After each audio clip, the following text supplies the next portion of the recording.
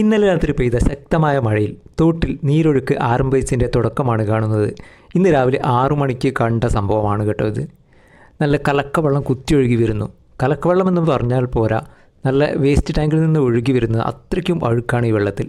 പിന്നെ ഈ ഒഴുകി പോകുന്നതൊക്കെ എന്താണെന്ന് വെച്ചാൽ ഈ വേനൽ ആയതിന് ശേഷം കെട്ടി നിൽക്കുന്ന വെള്ളത്തിൽ വളർന്നു വലുതായ പായലാണ്. ഒരു തരം വയലറ്റ് പൂക്കൾ വിരിയുന്ന ഒരു പായലാണ്. അത് വെള്ളം ഒഴുകി വരുന്നതിനനുസരിച്ച് അടർന്നടർന്നു പോവുകയാണ്.